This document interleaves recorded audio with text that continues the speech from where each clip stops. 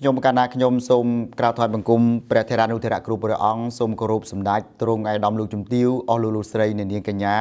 និងអ្នកសារព័ត៌មានទាំងអស់ជាទីគោរពនិងជាទីមេត្រី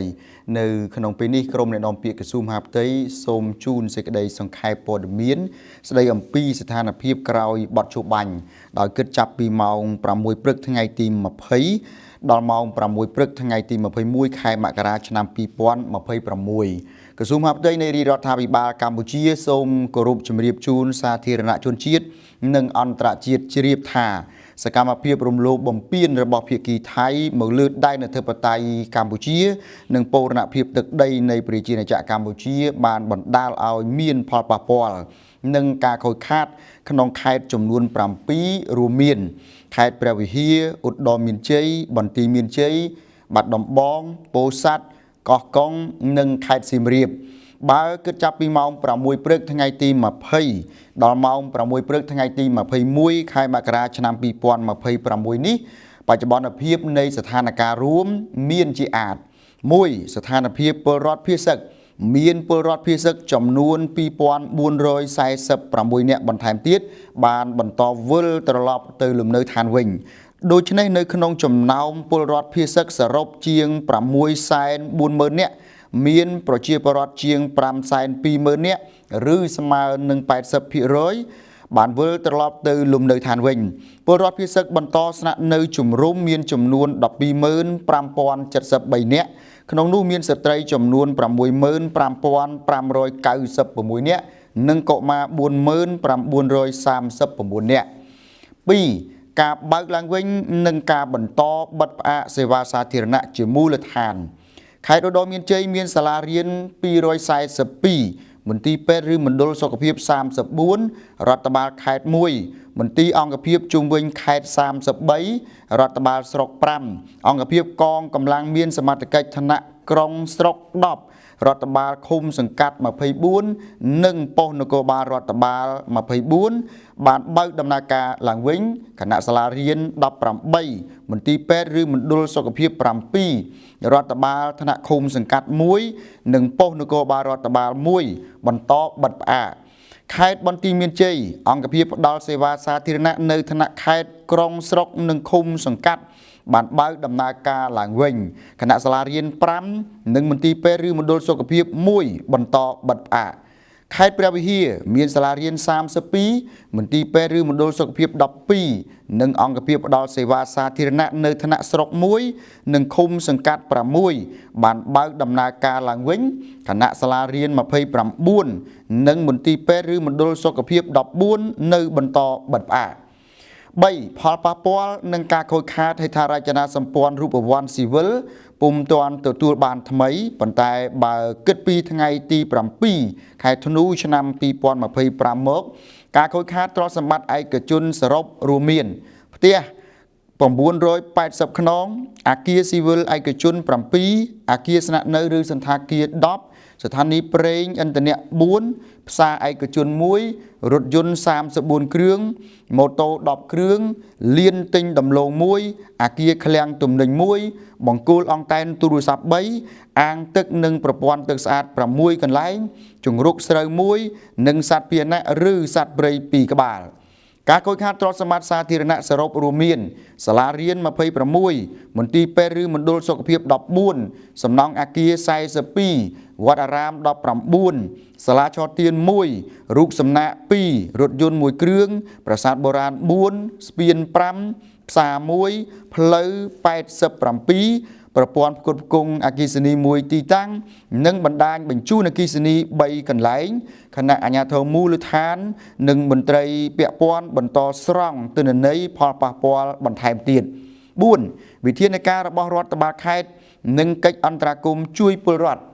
បន្តយកចិត្តទុកដាក់គ្រប់គ្រងពលរដ្ឋភៀសឹកនៅទីជម្រកសុវត្ថិភាពដោយបែងចែកស្បៀងតង់រៀបចំជម្រកស្នាក់នៅទឹកស្អាតអគ្គិសនីសេវាសុខាភិបាលបង្គន់អនាម័យសម្ភារៈប្រើប្រាស់ចាំបាច់ព្រមទាំងពង្រឹងការគ្រប់គ្រងរដ្ឋបាលនិងថែរក្សាការពារសន្តិសុខសណ្ដាប់ធ្នាប់ជាមួយគ្នានេះបន្តយកចិត្តទុកដាក់គ្រប់គ្រងសភាពការទូទៅនៅក្នុងខេត្តនិងពង្រឹងការពារសន្តិសុខសណ្ដាប់ធ្នាប់សាធារណៈស្រង់ស្ថិតិ ពិនិត្យនិងដោះស្រាយបញ្ហាប៉ះពាល់ដែលកើតមានឡើងសម្របសម្រួលជួយគាំទ្រដល់ការវិលត្រឡប់ទៅកាន់លំនៅឋានវិញរបស់បងប្អូនប្រជាពលរដ្ឋនិងទទួលជំនួយសប្បុរសធម៌សម្រាប់ជនភៀសសិទ្ធិជារួមក្នុងស្ថានភាពដែលទីតាំងផ្ដល់សេវាសាធារណៈមួយចំនួនបន្តបិទផ្អាកអាជ្ញាធររដ្ឋបាលដែនដីនិងមន្ត្រីពាក់ព័ន្ធក៏បានកំពុងខិតខំបំពេញតួនាទីប្រកបដោយភាពបត់បែនតាមកលៈទេសៈដើម្បីផ្ដល់សេវាជាមូលដ្ឋានជូនប្រជាពលរដ្ឋព្រមទាំងសេវានៅឃុំសង្កាត់និងប៉ុស្តិ៍នគរបាលរដ្ឋបាលជាដើមក្រសួងមហាផ្ទៃនៃរាជរដ្ឋាភិបាលកម្ពុជា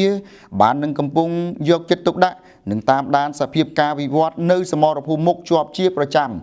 និងប្រគៀកស្មាជាមួយកងយោធពលខេមរៈភូមិន្ទដើម្បីការពារអធិបតេយ្យនិងបូរណភាពទឹកដីស្របច្បាប់ជាមួយគ្នានេះក្នុងដែនសមត្ថកិច្ចរបស់ក្រសួងបានកំពុងបន្តតាមដាននិងគាំទ្រដល់ការរៀបចំបើកដំណើរការឡើងវិញនៃការផ្ដល់សេវាសាធារណៈនានានៅតំបន់ព្រំដែនកម្ពុជាថៃដូចជាសាលាក្រុង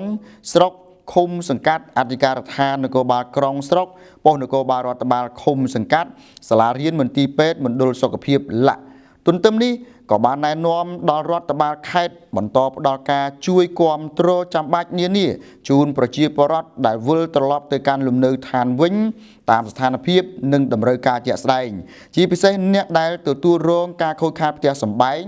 និងអ្នកដែលខ្វះខាតខាងជីវភាពព្រមទាំងចុះសួរសុខទុក្ខនិងក្តាប់សភាពការផ្សេងៗនៅមូលដ្ឋាន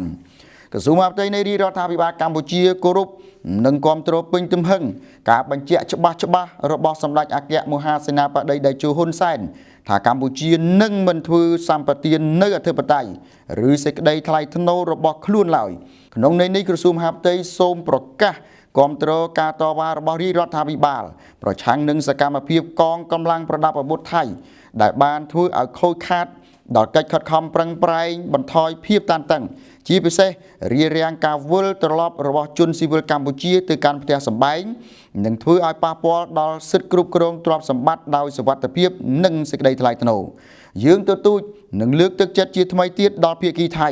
អនុវត្តឲ្យបានពេញលេញនិងស្មោះត្រង់តាមសេចក្តីប្រកាសរួមនៃកិច្ចប្រជុំពិសេសលើកទី3គណៈកម្មាធិការព្រំដែនទូត JBC ចុះថ្ងៃទី27ខែធ្នូឆ្នាំ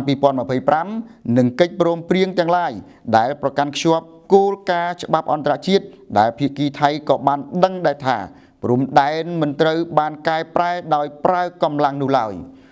ដូចគ្នានេះដែរក្រសួងមហាផ្ទៃនៃរាជរដ្ឋាភិបាលកម្ពុជាជឿជាក់យ៉ាងស្មោះស្ម័គ្រចំពោះជំហរយុទ្ធសាស្ត្រការពារជាតិនយោបាយការទូតស្របតាមរដ្ឋធម្មនុញ្ញនិងធម្មនុញ្ញអង្គការសហប្រជាជាតិនិងយុទ្ធសាស្ត្រស្ងាត់តែមិនស្ងៀមដែលរាជរដ្ឋាភិបាលបានកំពុងអនុវត្តទទួលបានលទ្ធផលវិជ្ជមានជាបន្តបន្ទាប់ដើម្បីធានាបានសន្តិភាពយូរអង្វែងការពារអធិបតេយ្យបូរណភាពទឹកដីដោយសូមជនរួមជាតិរួមសាមគ្គីជៀសវាងចាញ់ឧបាយកលឃោសនាញុះញង់ពីក្រមជ្រុលនិយមណាមួយដោយដែលសាររបស់សម្ដេចមហាបវរធិបតីហ៊ុនម៉ាណែតជូនជនរួមជាតិថាគន្លឹះសំខាន់របស់ជាតិយើងនាពេលនេះគឺយើងត្រូវប្រែក្លាយការលំបាករបស់ជាតិ